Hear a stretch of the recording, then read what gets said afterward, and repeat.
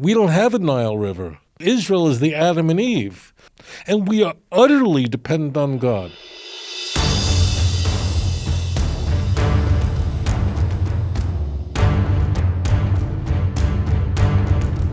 Color, you live on the air. Okay, I'm Paul from Virginia.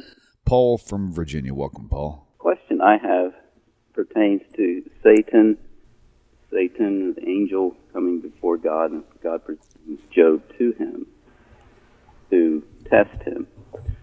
But recently I wondered, what about Adam and Eve? Where did their test originate? Because God, or Hashem, says that I create the evil and the good. So what is Hashem's involvement in their test in the garden? And why is the one who accomplished the test punished for accomplishing it, if that makes sense? That's good. I didn't realize how good your question was going to turn out. Your question sort of went into this amazing piece of music at the end when you said, well, why was the Nachash cursed? After all the serpent is doing is he's doing the service of God. So as it turns out, that's not what's occurring there. Look carefully. He's not really punished. What is the punishment of the serpent? Everything will taste like dust. That's one heck of a punishment. That means food is everywhere and plentiful. What piece of land, what part of the world is considered a picture of everything that's evil? Egypt. Why? Because the people who live in Egypt never need rain. Let's contrast that with Adam and Eve. What is their punishment? It's precisely the opposite. All the things they crave and want will not come easily. Adam, by the sweat of your brow will food grow. Okay? You want to eat? You're not going to be anything like the serpent. Oh no, you're going to have to work. Woman, to conceive, that's going to be a hardship. So what does that force Adam and Eve to do? To turn to God. Because you're always going to need God. Why? Because you want food. Because you want children. So when God is cursing Adam and Eve, what is he doing? Think. He's putting them in a predicament to need to pray to God. You're going to need me. I'm going to force you to have a relationship with me. You want babies? We're going to have a talk. It's like your kids, right? I want to hear my kids call me, right? My daughter made me happy this morning, and I got the phone call. I love that, right? So Hashem is saying, I'm going to put you in a predicament. You're going to need me. And what's the land of Israel? How different it is than Egypt. Egypt is the serpent, meaning it never needs rain. And there is virtually no rain because Egypt is a desert. But it's got the Nile, a reliable source of fresh water that made Egypt the breadbasket of the Mediterranean. They don't need to pray. It's not about Egyptians personally. It's very much important for you to understand. So the serpent is cursed. Like a snake eats once every 2 weeks, and you can eat whatever, and he's done. He never needs God. Okay? Conversely, the man and the woman need God.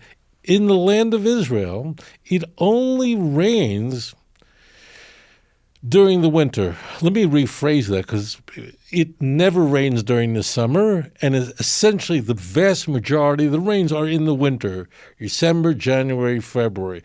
The rains continue till Passover, but it tapers off.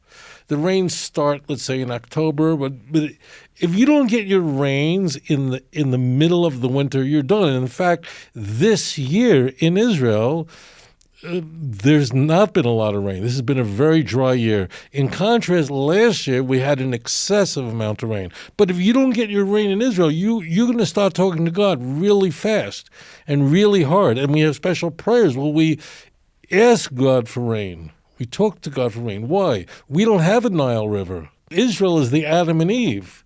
We really have no natural resources here to speak of. It's all spiritual. And we are utterly dependent on God. And if God turns off the water during the winter, there is no water. This is not Chicago, New York, where it can rain any time of the year. Like in New York or Miami, it can rain right in the middle of summer. Thunderstorms, no problem. Here, it never rains in the summer, never. Okay? So now we're getting a better picture of what's going on. So the serpent is not really cursed. He's arur because there's light. We're deriving information from what happened. You'll never need me. So the ones who are my enemy, who really I'm done with you, so that means we don't need to talk. That's why I'll tell you this. I'm going off track. A drop that when Hashem is very angry with a nation, he has that nation expel the Jews. When a nation expels the Jews, that means Hashem is done with that nation. I know we think of it differently because it's true that the Jews go through tremendous yisurim, suffering when we're expelled, for sure. But when Spain expelled the Jewish people in 1492, and a handful of years later Portugal did the same, God is saying, I'm done with you, because the Jews are in a land to bring light to those people. And if a nation expels its Jews, they're expelling their only source of connection to God, the light, which is the role of the Jew. Now, I can go off on this and what the serpent really is. So people think of the serpent as Satan. It's really far more sophisticated than that. The serpent is an animal that behaves like a human being, that has the qualities of a human being, just really quickly. The serpent can do what? Is different from all the other chayot, all the other beasts of the field. Why? Highly intelligent, can walk, can talk, and likes good food, hence the punishment. If you can walk, talk, and think at a very high level, and you're a connoisseur of good food, what does that sound like? Sounds like a human being, doesn't it? What was the serpent's gripe?